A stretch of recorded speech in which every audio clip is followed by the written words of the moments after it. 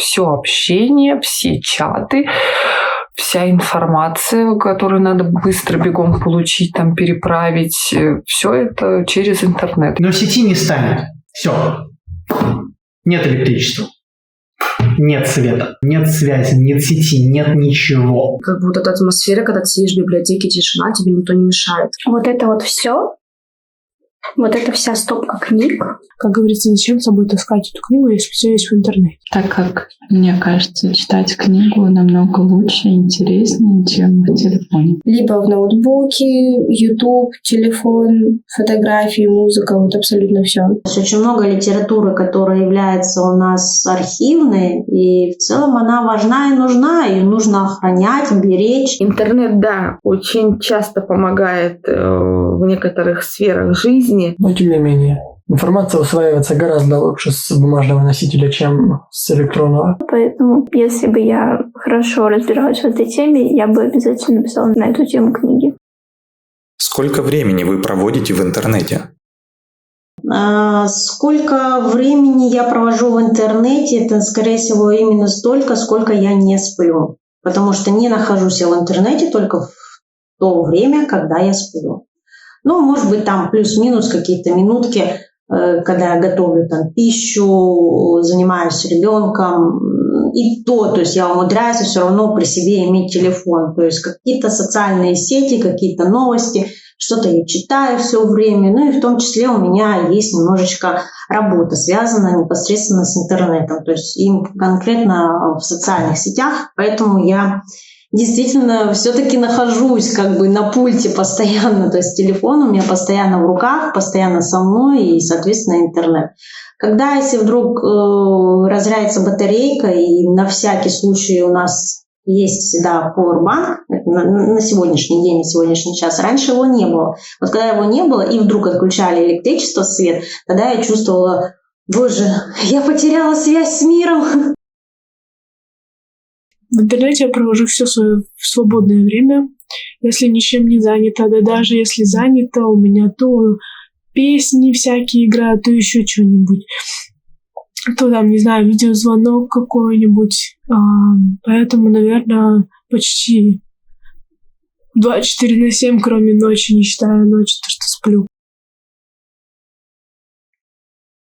Если считать онлайн-игры, то очень много. Как-никак я студент, как я говорил ранее.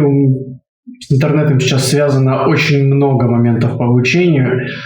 Это литература, выполнение работ, тот же поиск информации. Неважно. Но помимо учебы всегда есть и какой-то отдых.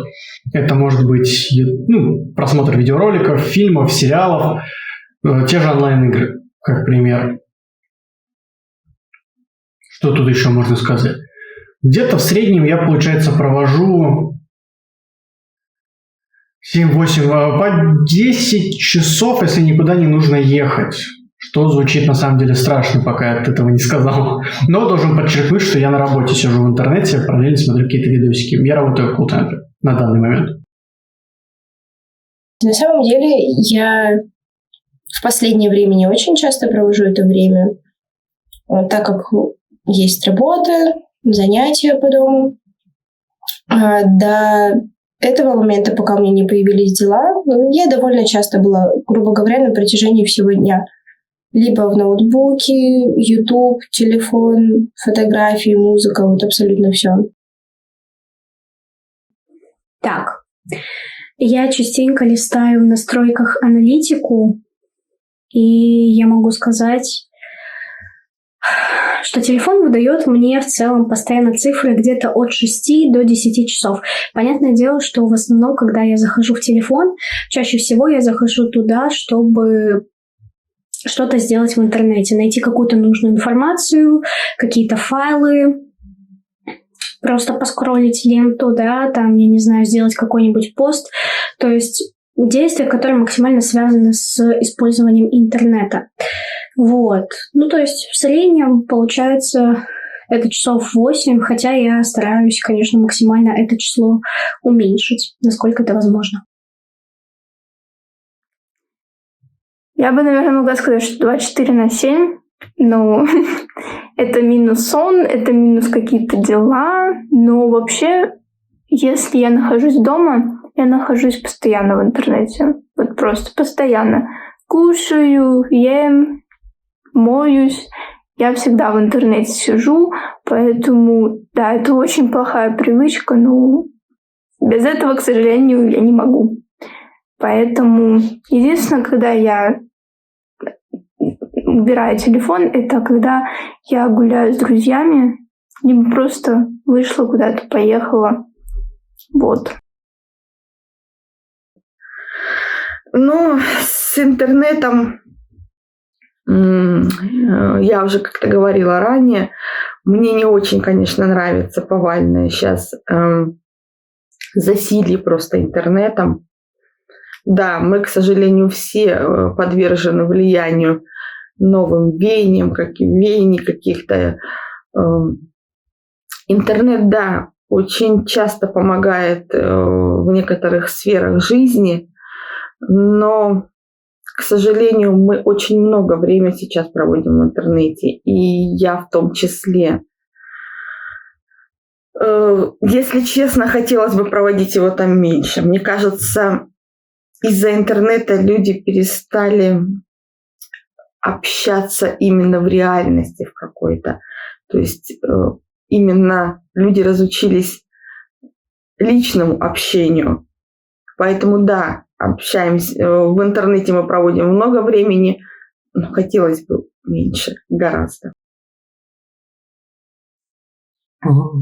Поскольку я учусь в 11 классе, я провожу в интернете не менее 3 часов в день. Да, это немало, но тем не менее, где-то для своего удовольствия не меньше часа, это точно. И в учебе не менее 2, а бывает и больше. Ой, ну я не считаю, я даже вот на телефоне есть такая штука про экранное время, я не смотрю. Но немало, потому что сейчас через интернет все общение, все чаты, вся информация, которую надо быстро бегом получить, там переправить, все это через интернет. Я не знаю, мне кажется, я практически круглые сутки там нахожусь. Ну, в интернете на самом деле я провожу очень много времени. Если, наверное, сложить все разы по чуть-чуть, то часов 5, наверное, точно наберется. Может, и больше, не знаю. Нужны ли сейчас библиотеки с бумажными книгами? Конечно. Конечно, нужны. Секундочку.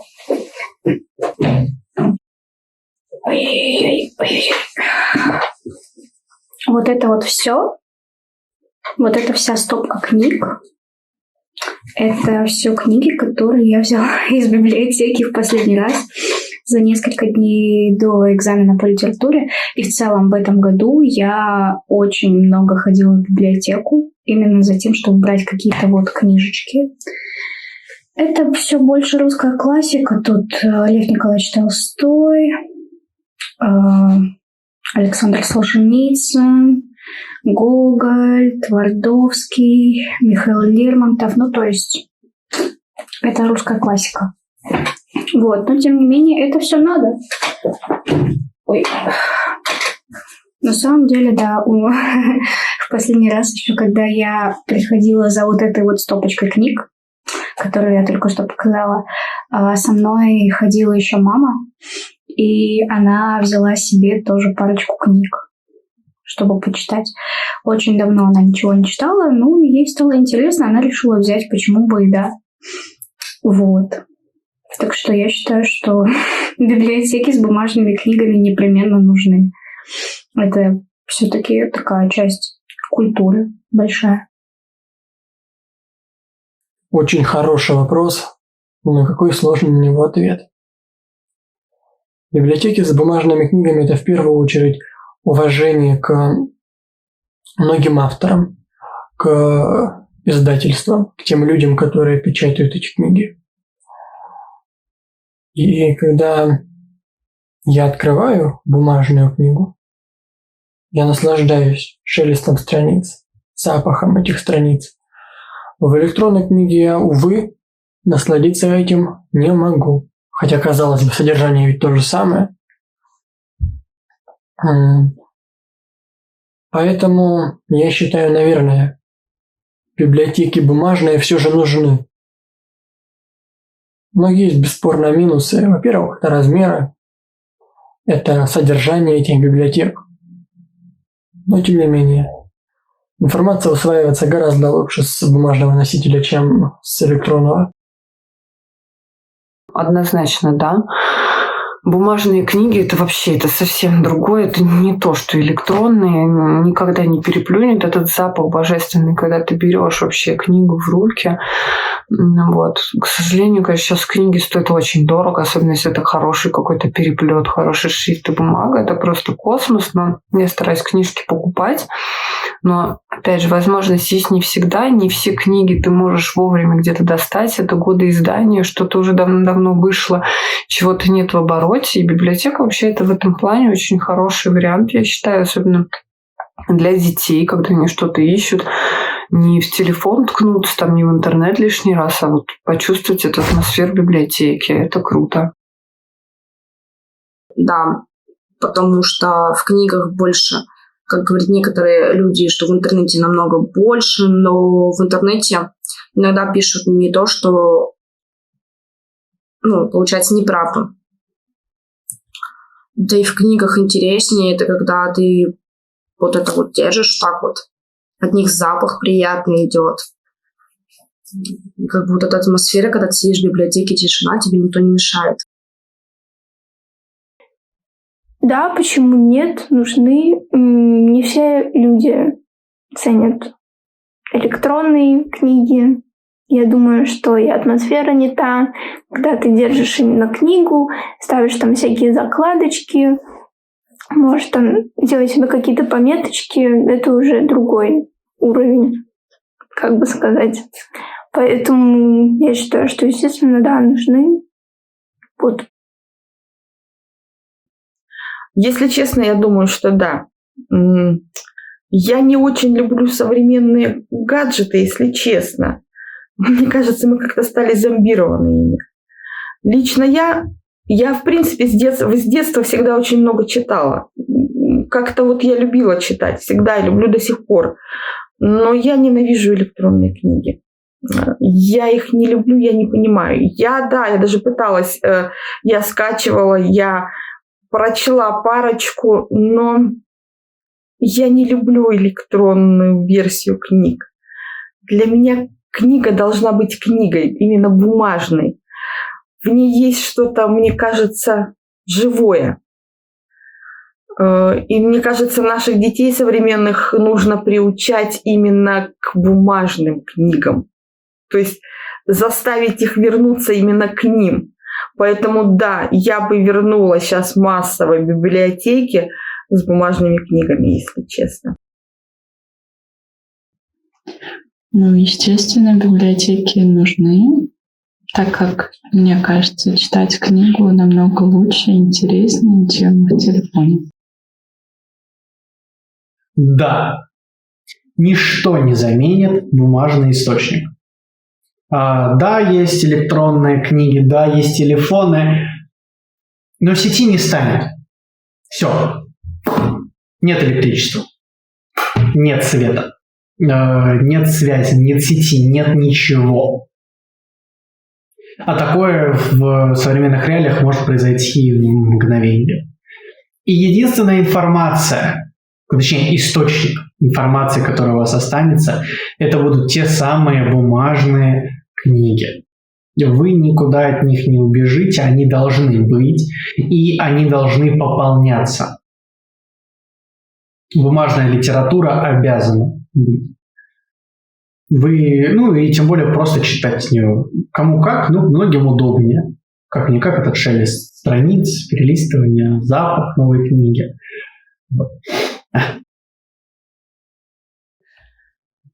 На самом деле очень много, конечно, книг есть в интернете, но многих книг также нет в сети интернета, которые есть только в библиотеках.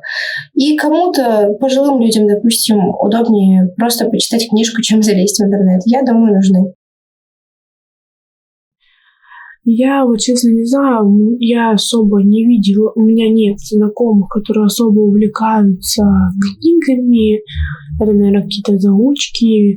Сейчас все расписано в интернете, и так как дети проводят, дети взрослые, проводят большую свою часть времени в телефонах. Я думаю, сейчас можно и в телефоне спокойно ехать. Как говорится, зачем с собой таскать эту книгу, если все есть в интернете? Я думаю, что да, нужны. Потому что категория людей, которые любят читать, они все еще существуют, они все еще есть. Пусть ходят, читают. А с другой стороны, это все-таки история, это все-таки память, да, то есть очень много литературы, которая является у нас архивной, и в целом она важна и нужна, ее нужно охранять, беречь. И я все-таки склоняюсь к тому, что библиотеки, они еще нужны, хотя сама ни разу не была в библиотеке. Как долго вы можете оставаться без телефона? Если я в данный момент чем-то буду занята в плане уборки, прогулкой или развлечения какого-то помимо технологий каких-то, если провожу время с человеком любимым или друзьями, то я могу, в принципе, целый день не брать телефон в руки. В современном мире телефон – это такая вещь, которая связывает человека со всем обществом, поскольку мир очень повязан на компьютерных технологиях. Мы переходим от индустриального к постиндустриальному обществу, и тяжело сейчас отпускать телефон и жить без него. Но конкретно я мог бы продержаться без телефона, в крайнем случае 2 суток. На самом деле, признаюсь, что без мобильного телефона я не могу практически оставаться вообще, потому что там, сейчас уже такие времена, что там вся жизнь заключена.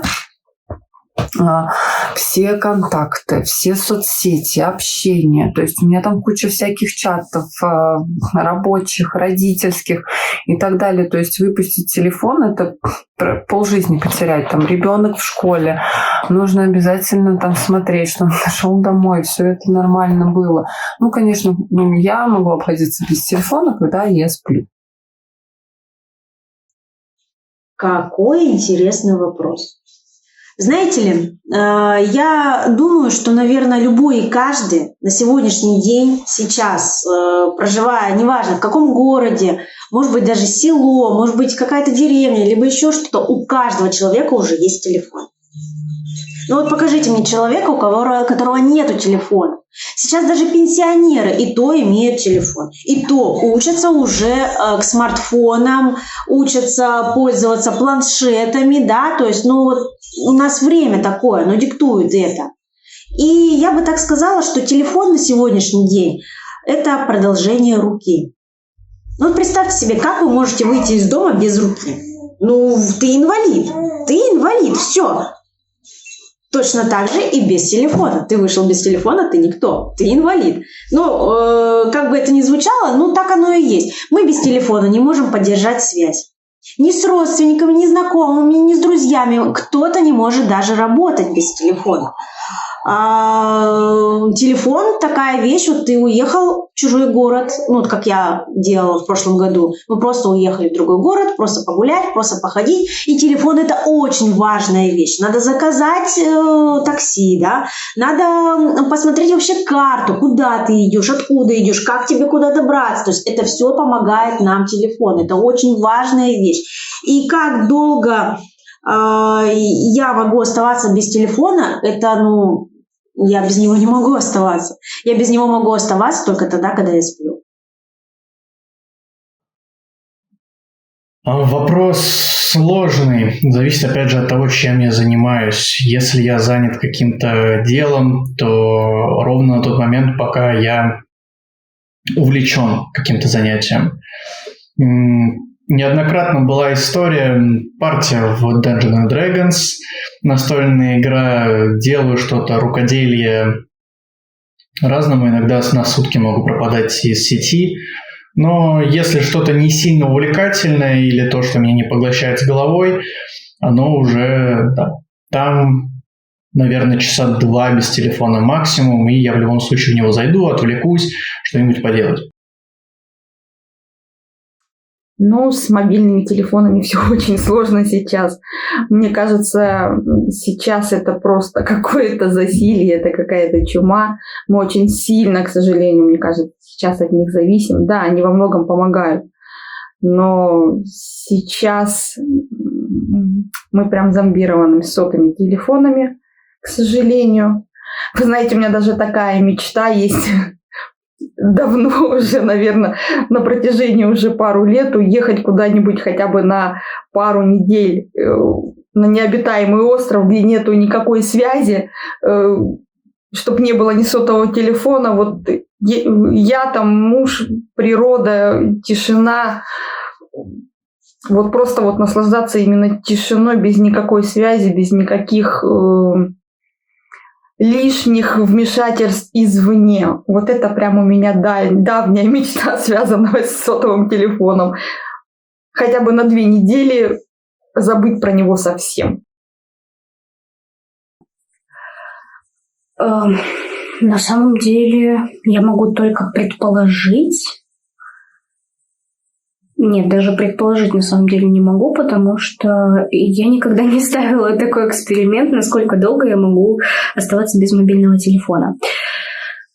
Скорее всего, насовсем у меня от него отказаться не получится, потому что мне каждый день надо с кем-то созваниваться, о чем-то общаться, обсуждать какие-то дела, потому что они у меня есть, как у любого нормального человека.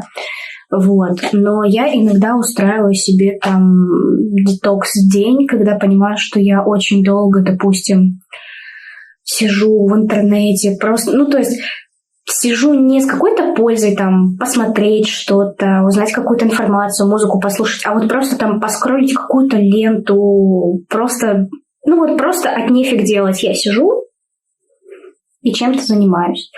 Вот, бывает, что, да, вот на день я отказываюсь просто полностью от интернета, от телефона, откладываю его там куда-нибудь и отвечаю только на звонки в любом случае, если мне там звонит мама, допустим, или человек важный. Вот. Если чисто предположить, то я думаю, у меня, день, хорошо, я не буду накручивать. В принципе, если есть чем заняться, как провести время с близкими, с друзьями, куда-то съездить, отдохнуть, можно, в принципе, я думаю, 1-2 провести без телефона. Год, месяц, конечно, уже сложновато, но 1-2, при этом занимаясь какими-либо интересными делами, я думаю, можно. Я человек зависимый от телефона, и поэтому я говорю точно, что на день точно нет. Я думаю, что максимум на 8 часов. И то для меня это уже много, я так подумала. Поэтому, скорее всего, ответ будет на часов 5-4. Я точно могу спокойно жить без телефона. Но больше это все я не могу. Без телефона, к сожалению, я долго оставаться не могу. Это, можно сказать, моя небольшая такая зависимость, но если у меня есть какие-то обязательные мои дела, и мне нужно их идти делать, то я, конечно же, его отложу на какое-то время, пойду заниматься своими делами. Если бы вы решили написать книгу, о чем бы она была? Книгу я пыталась писать. Был такой момент, что я пыталась писать книгу. Это было в детстве. Я в школу ходила, не помню, какой класс, но начальная школа точно. Я заводила 2 тетрадки. Сначала одну, она у меня закончилась, перешла в следующую. И от руки писала историю. Это больше у меня приключенческая такая история была. Я почему-то воображала ее не как книга, а как фильмом. То есть, как вот я смотрю фильм, и я вот все это описываю, что происходило. Главный герой у меня был мальчик 12 лет, то есть он был даже старше меня, по-моему. И собачка, ротвейлер, То есть они вот так вот у меня путешествовали. Но путешествовали они у меня и общались между собой. То есть не просто вот животное, как есть животное. То есть животное, оно было умело разговаривать, говорить, да, и вот у меня такая была история. Потом у меня отец в то время домой принес печатную машинку. Вот. И я даже придумала себе такую идею, что я хожу якобы на работу, и у меня работа заключается в том, что я печатаю свою книгу.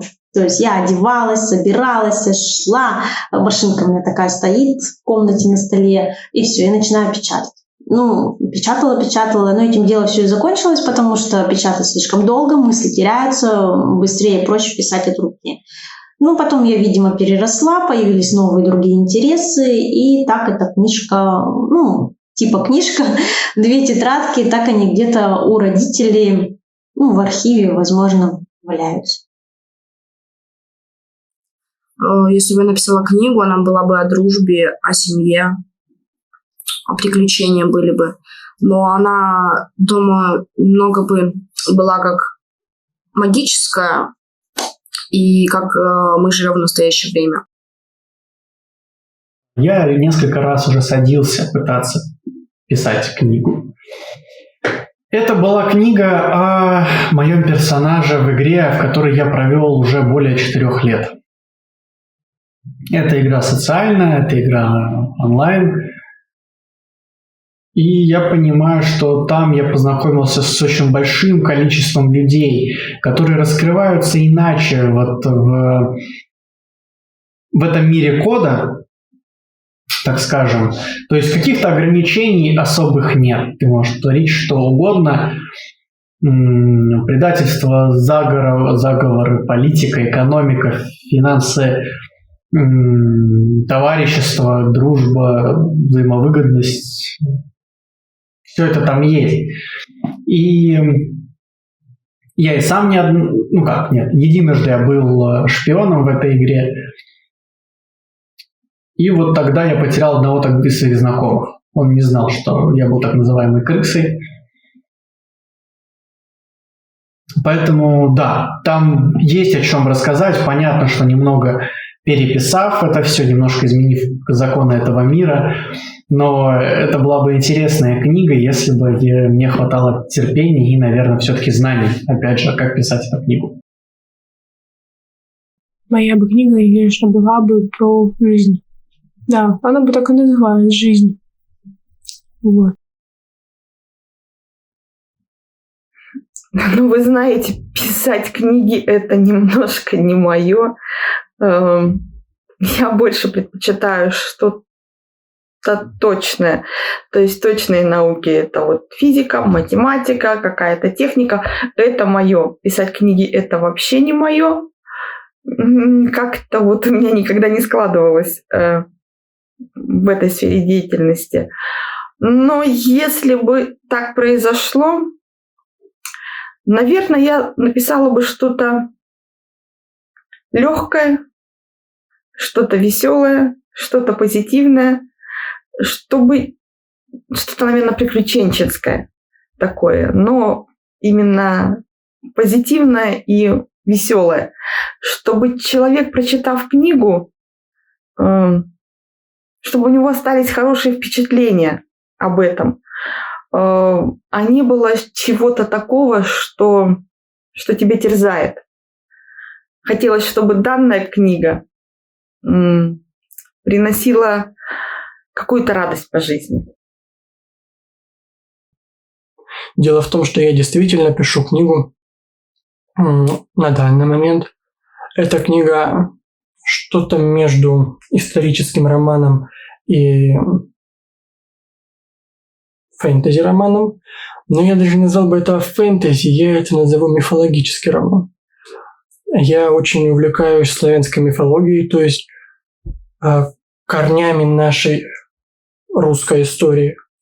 Я хочу, чтобы следующее поколение знали корни своей страны, своего народа. Поэтому моя книга о любви, об истории, о государственности, о тех качествах, которые должны быть взаимовыручка.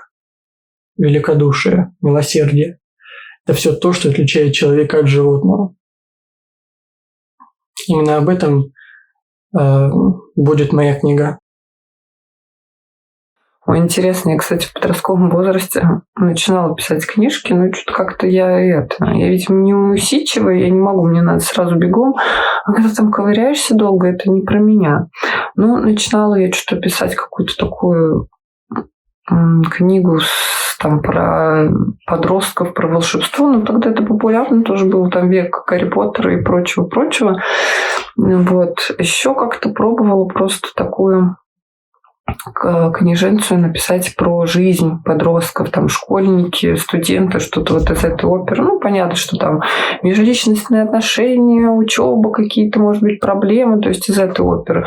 Мне кажется, вообще такие вещи всегда будет интересно читать. Мы все равно так или иначе в любом произведении ищем жизнь.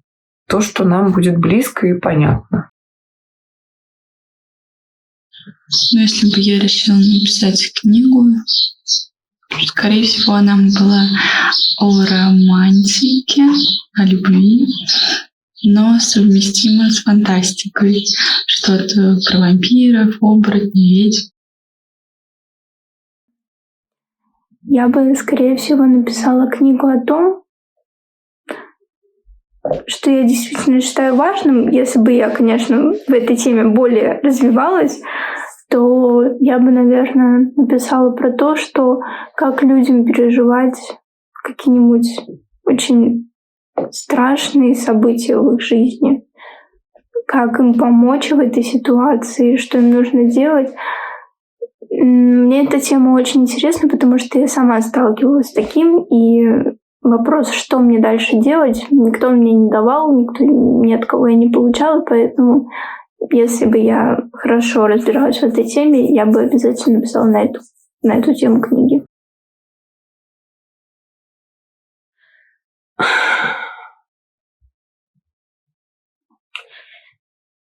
Я не могу себе представить, чтобы такая ситуация действительно произошла в жизни, потому что, как по мне, написать книгу — это действительно прям огромный труд, в который надо вложить очень много сил, усердия, терпения в том числе, и в конце концов не забросить ее.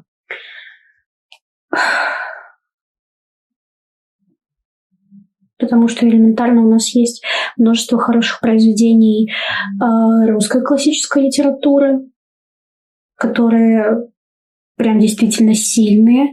И просто прочитав их, ты понимаешь, что, ты такое не переплюнешь. Ладно. Если бы я действительно решилась написать, скорее всего, это было бы что-то про путешествия, про какие-то приключения, новые знакомства, про познание себя.